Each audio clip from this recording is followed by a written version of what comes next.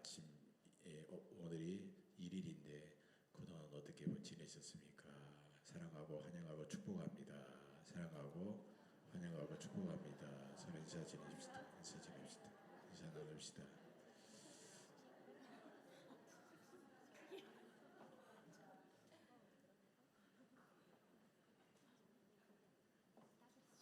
오늘 창조절인데요. 이상하게 찬양대한테 그런 이야기 안 했는데 옷차림이 좀 검은 옷을 입고 오고, 원래 찬양대 원래 색깔이요 초록색이에요. 그런데 창조절이면 하나님의 창조를 이야기하고 생명을 이야기하고 그래야 되는데 오늘은 좀 무거운 주제입니다. 죽음에 대한 주제인데, 여러분 기독교 진리는 역설이에요. 죽음을 알 때, 죽음을 내가 어떻게 받아들일 때 인생의 삶을 알게 되고 바로 우리가 사랑하는 사람으로 변화되는 것이죠. 그래서 오늘은 조금 무거운 주제 같지만 죽음에 대한 주제를 가지고 함께 은혜를 나누고자 합니다. 인생에서 가장 중요한 문제는 하여튼 뭐니 해도 알고 보면 이 죽음의 문제입니다. 죽음의 문제는 여러 가지 주제들이 있죠. 죽음의 의미, 죽음의 때, 그 다음에 죽음의 두려움, 죽음 이후의 세계, 뭐 이런 죽음과 관련된 문제들이 너무너무 많이 있습니다. 실제로 이제 죽음 세미나 같은 게 해요. 죽음에 대해서 이야기하고 또 자기가 직접 관에 들어가 보기도 하고 그러면서 이제 전혀 다른 사람으로 살아가는 그런 일들이 있습니다. 요즘엔 알지도 못하는 질병들이 나오고 또 여러 가지 천재지변 재앙 또 예상하지 못한 사건과 사고들 때문에 죽음이 결코 남의 일로만 느껴지지 않죠. 독일의 유명한 실존주의 철학자 하이데거는 그의 철학의 주제가 평생 동안 죽음이었어요. 하이데거는 이렇게 말합니다. 인간은 반드시 죽는다. 인간은 죽음을 향해 가는 존재다. 나는 언제 죽을지 모른다. 나는 죽을 때 혼자서 죽는다. 인생이 나의 것이듯 죽음도 나의 것이다. 따라서 인생을 바로 알아야 되는 것처럼 죽음도 주체적으로 대면해야 된다. 인생을 긍정해야 하는 것처럼 죽음도 부정하지 않고 긍정적으로 받아들여야 된다. 오늘 설교 다 했어요. 네. 그렇게 되면 철학적인 이제 생사관이 되는 거예요. 그런데 이것을 오늘 본문 전도서를 통해서 우리는 다시 한번 조금 더 죽음에 대한 중요한 의미를 살펴보고자 합니다.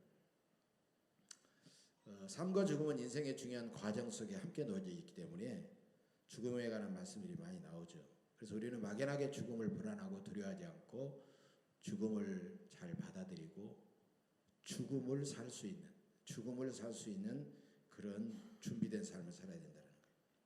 여러분 성경 누가복음 12장에 보면 어리석은 부자가 나옵니다.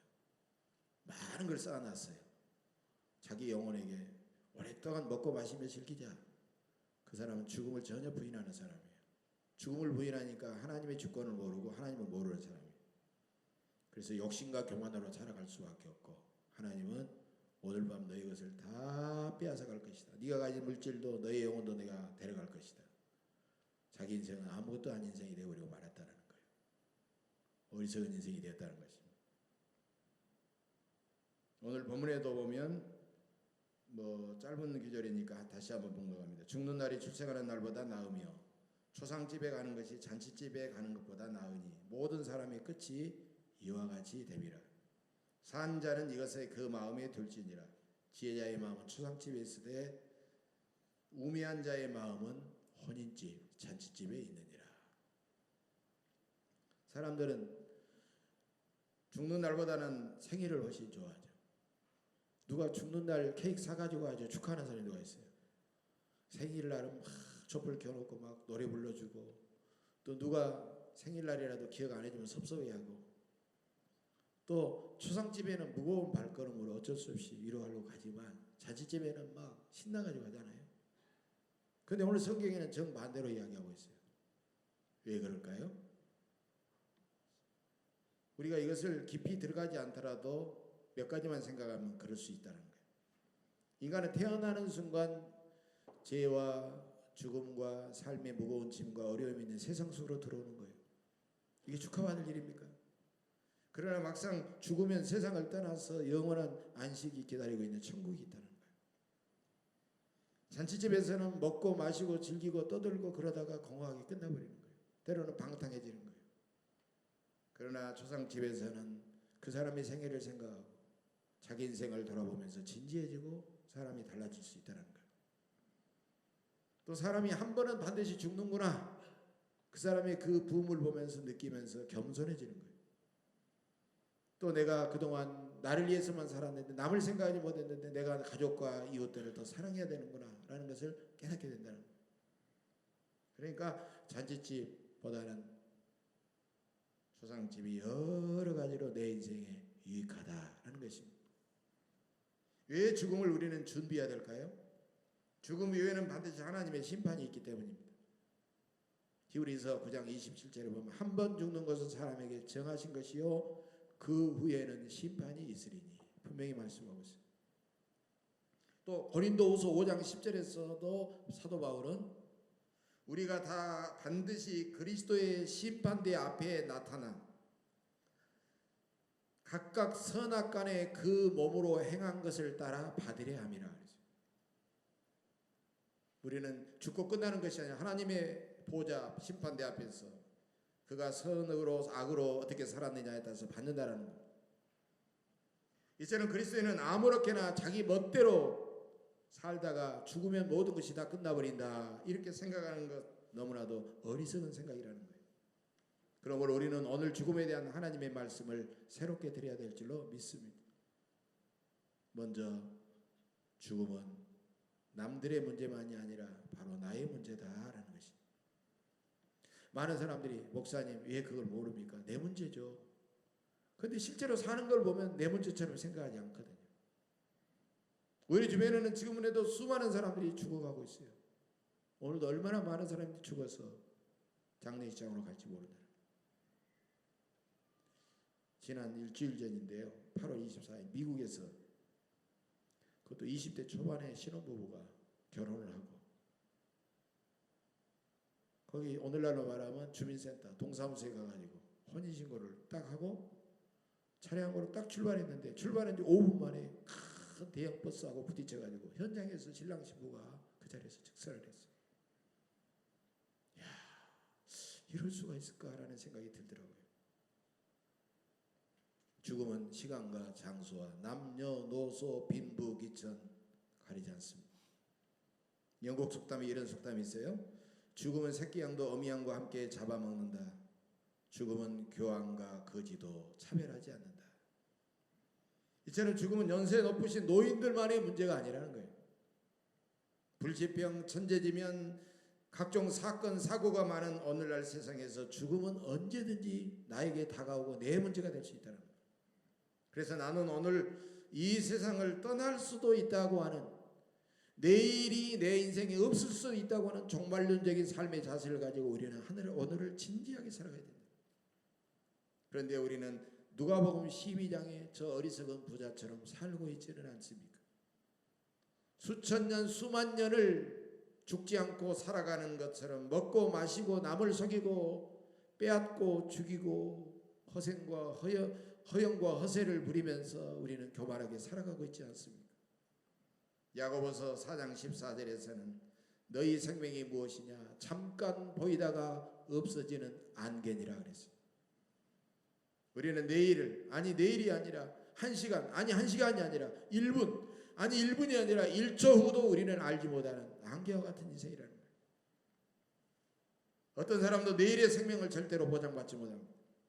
우리는 잠깐 보이다가 없어지는 안개와 같은 존재들입니다. 그러므로 여러분 이 교훈을 늘 기억하셔서 하나님이 우리에게 보여주신 매 순간순간을 지혜롭게 최선을 다해 살아가시기를 간절히 바랍니다. 두 번째로 우리 인생은 그러므로 단 한 번의 기회밖에 없습니다. 여러분 불교나 힌두교나 이런 종교는요 윤회설이 있어요. 생이 뺑뺑뺑뺑 돈다고 생각해요. 선한 일을 하면 좋은 사람으로 태어나고 나쁜 일을 하면 징그러운 벌레로 이런 식으로 그 사람들이 계속 하는 거예요. 그러나 우리 기독교는 철저하게 창조가 있고 종말이 있는 거예요. 직선을 향해 나가는 거예요. 인생은 단 한 번 부여된 기회밖에 없기 때문에 그 인생을 일생이라고 하잖아요.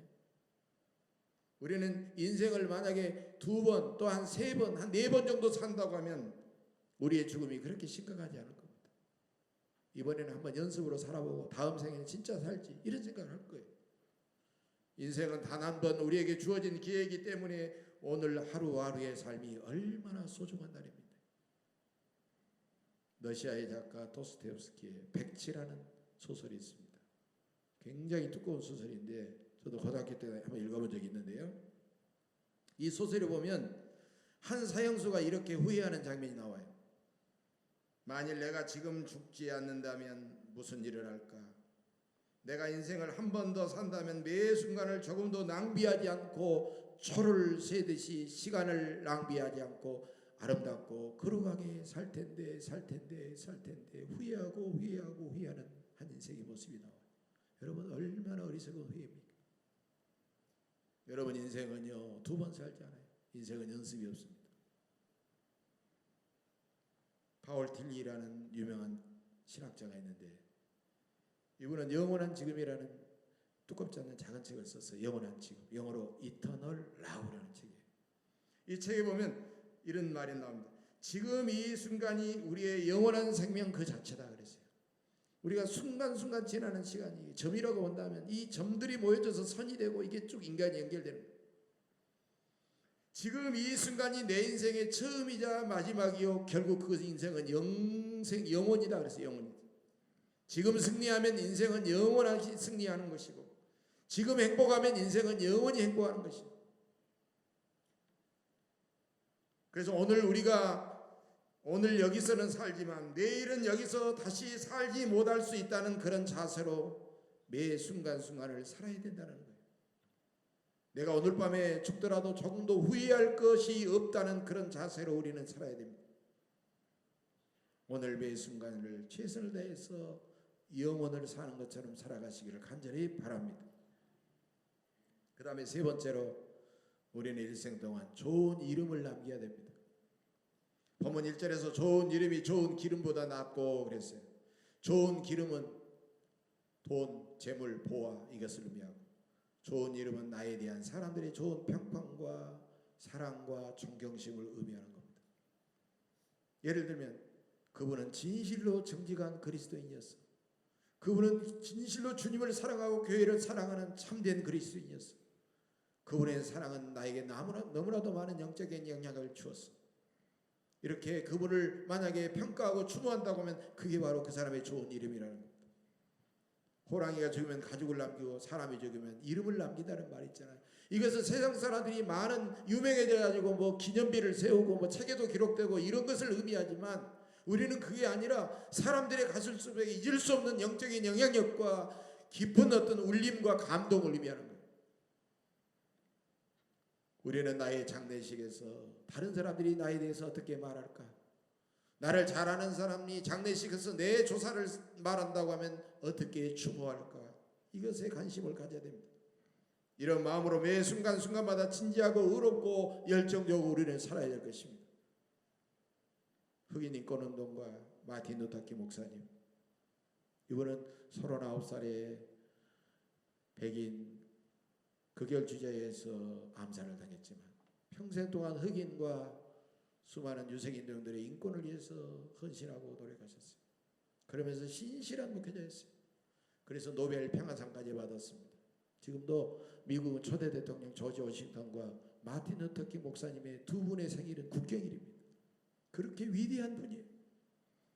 이분은 어느 날 자기 집에 막 폭탄이 터지고 막 전화로 막 죽이겠다고 위협이 오고 그러니까 내가 언젠가는 얼마 못 가 난 죽겠구나 하는 걸 예감했어요. 어느 날 그분은 이렇게 설교했습니다. 여러분, 나는 성대한 장례식을 원하지 않습니다. 조사에선 내가 노벨 평화상을 받았다는 사실을 결코 말하지 마십시오. 이건 중요한 것이 아닙니다. 내 학이나 명예도 말하지 마십시오. 그런 것들은 별로 중요한 문제가 아닙니다. 마틴 루터 킹 목사는 오직 정의를 말하고 인류를 뜨겁게 사랑하고 인류를 위해서 열심히 섬겼다고만 말해 주십시오. 여러분, 우리는 그런 사람들처럼 유명한 사람이 아닐지라도 평범한 삶을 살아갈지라도 남들이 나의 신앙에 대해서 깊은 영향력을 받고, 남들이 나의 삶을 존경하고, 남들이 나를 진정으로 칭송한다고 하면은 우리는 좋은 이름을 가진 사람들입니다. 좋은 이름은 세상의 많은 재물과 권력과 명예와 세상의 수많은 업적들과는 비교할 수 없는 귀한 것들입니다. 이런 것들을 남길 수 있게 되기를 간절히 바랍니다. 어떤 신문사에서 독자들에게 설문조사를 했습니다. 이런 내용이었습니다. 당신이 앞으로 1년밖에 살지 못한다면 그 1년을 어떻게 사시겠습니까? 응답자들 대부분이 뭐 땅을 사고 집을 사고 뭐 멋있는 차를 타서 즐기고 뭐 이런 내용이 하나도 없었어요. 놀랍게도 대부분 내 가족을 더 사랑하고 내가 섬기는 교회를 열심히 섬기고 내가 뭔가 사람들의 마음이 잊을 수 없는 그런 삶을 남기겠다라고 대답한 사람이 대부분이었다는 사람. 평소에 왜 그러면 그렇게 못하는 거예요? 그렇게 내 삶이 1년이라는 삶으로 제한되지 않기 때문이라고 생각하기 때문에. 사람은 죽음을 가까이 느끼면 느낄수록 삶은 더 진지해지고 남들에게 좋은 평가와 평판과 존경과 사랑을 받고 싶어하는 겁니다. 유엔 사무총장을 지냈던 한마실도 박사는 이런 말을 했습니다. 당신이 태어났을 때 당신은 으앙하고 울고 주변 사람들은 막 웃었는데 이제 당신이 죽으면 당신은 많이 자신의 삶을 돌아보며 웃을 수 있고 주변 사람들을 크게 울리는 사람이 되십시오라고 그런 말을 했습니다. 좋은 평가를 받고 사람들에게 존경을 받은 사람일수록 죽음이 점점 가까워도 결코 두려워하지 않습니다. 불안해하지 않습니다. 지극히 작은 사람을 뜨겁게 사랑하는 사람일수록 반드시 좋은 평가와 존경을 받게 되고 하나님께서 영원한 생명을 그에게 허락해 주실 줄로 믿습니다.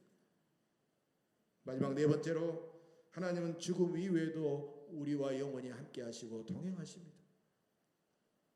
미국의 뉴욕에 가면 매년 수백 명의 독거 노인들이 아무도 없는 가운데 쓸쓸히 혼자 죽음을 맞이합니다.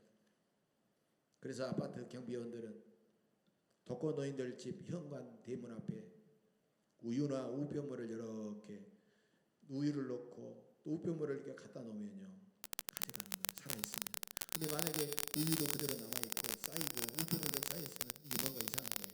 그럼 마스터키를 열고 가가지고 영원히 그분이 죽었는지 살았는지 확인합니다. 일본 독교에서도 독거 노인들의 죽음을 예감하게 되면 내가 곧 죽겠다 생각하고 대개의 이 안심제나 벨이 있어요. 그럼 얼른 안심제나 벨을 누르면 이 벨이 경찰서도 연결되고 사회복지기관에도 연결되면 복지사들이 그 벨소리를 듣고 얼른 그 독거 노인에게 찾아와가지고 옆에서 그분의 임종을 지켜본다는 것입니다. 왜 그렇습니까? 아무리 혼자 사는 노인이지만 한 사람이라도 지켜보는 가운데 존엄하게 자기 죽음을 외롭지 않게 맞이하는 그런 배려로 그렇다는 것입니다.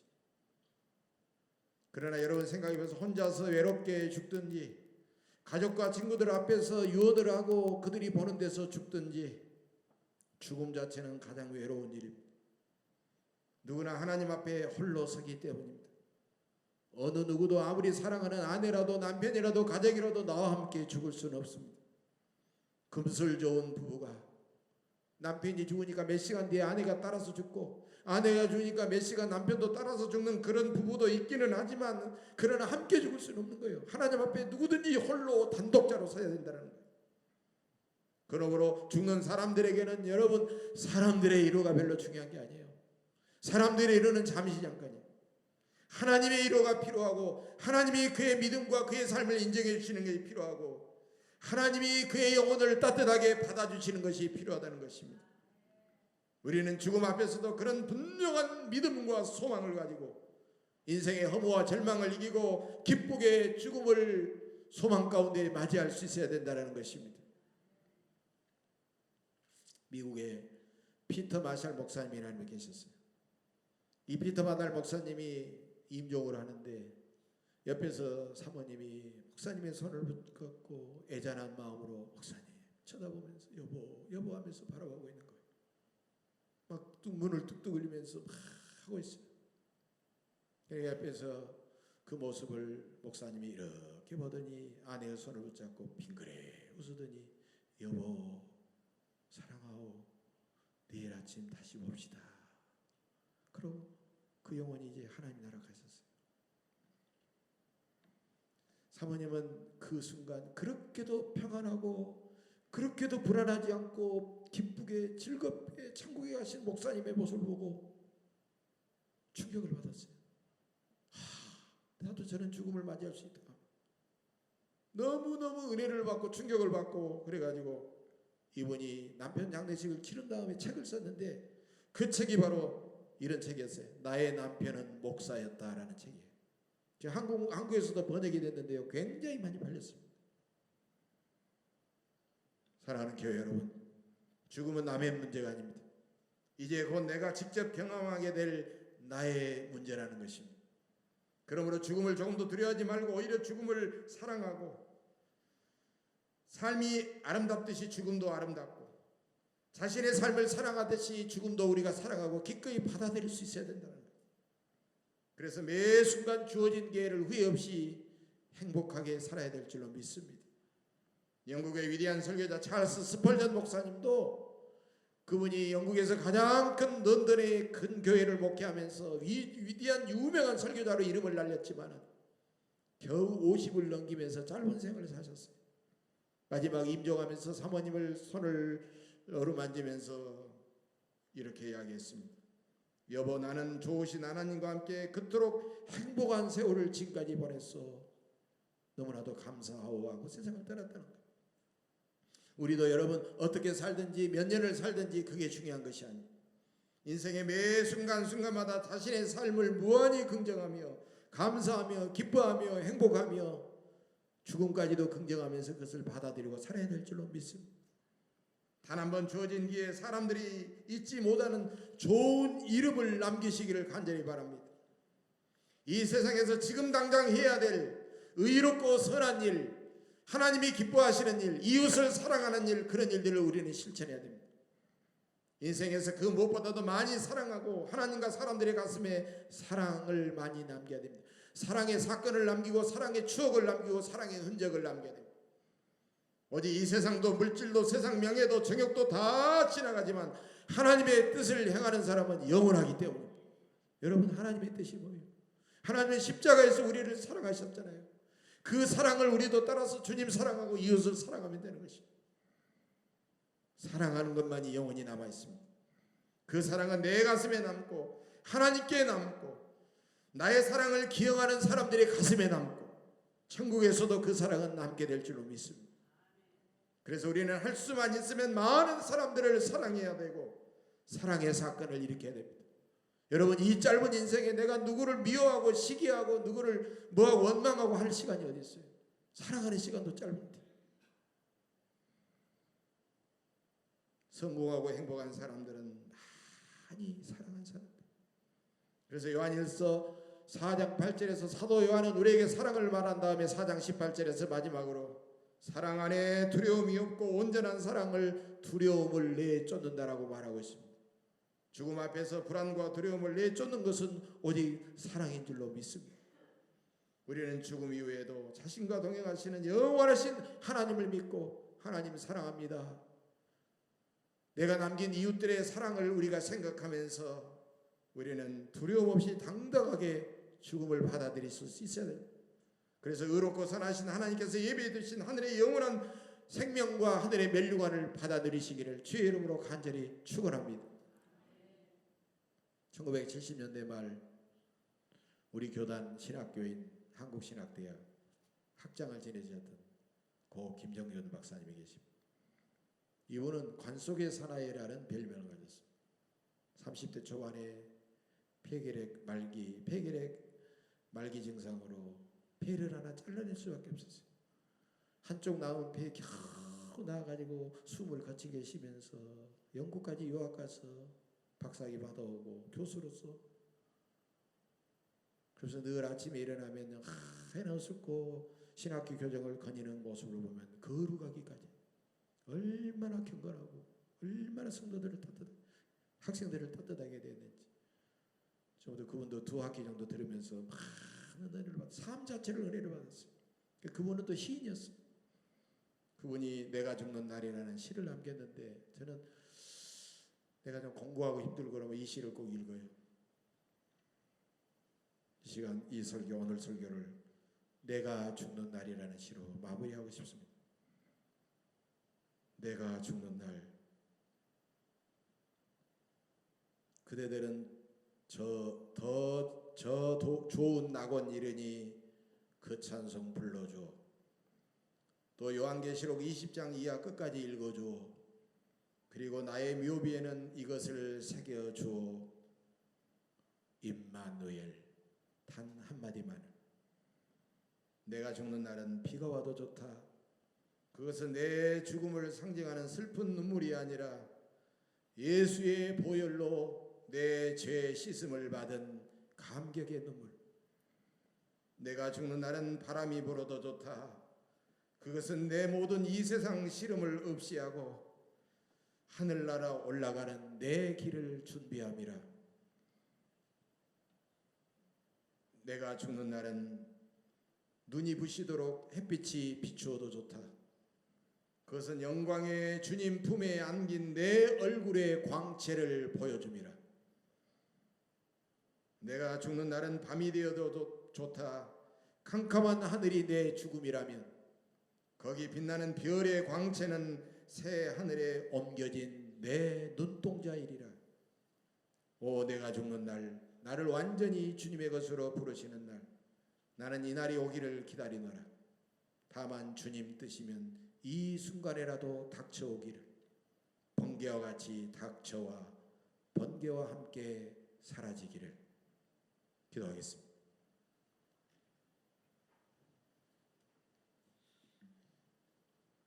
거룩하시고 영원하신 하나님, 우리에게 죽음 앞에 홀로 서 있는 인간의 한계와 허무함을 새롭게 깨닫게 하시니 감사합니다. 죽음이 남들의 문제만이 아니라 바로 나의 문제임을 깨달았습니다. 인생은 단 한 번뿐이 소중한 기회임을 깨달았습니다. 죽음을 두려워하지 않고 인생을 더 진지하고 아름답게 살아야 함을 깨달았습니다. 주님, 우리가 영원히 주님과 동행하시는, 우리와 동행하시는 주님만 앙망하게 하옵소서. 나의 행복이 아니라 남의 행복을 위해서 살고 내 영광이 아니라 하나님의 영광을 위해서 살아가게 하옵소서. 그래서 우리를 통하여 많은 사람들이 감동을 하고 많은 사람들이 우리를 통해서 구원받는 귀한 역사가 있게 하옵소서. 감사드리며 예수님의 이름으로 간절히 기도하옵나이다. 아멘.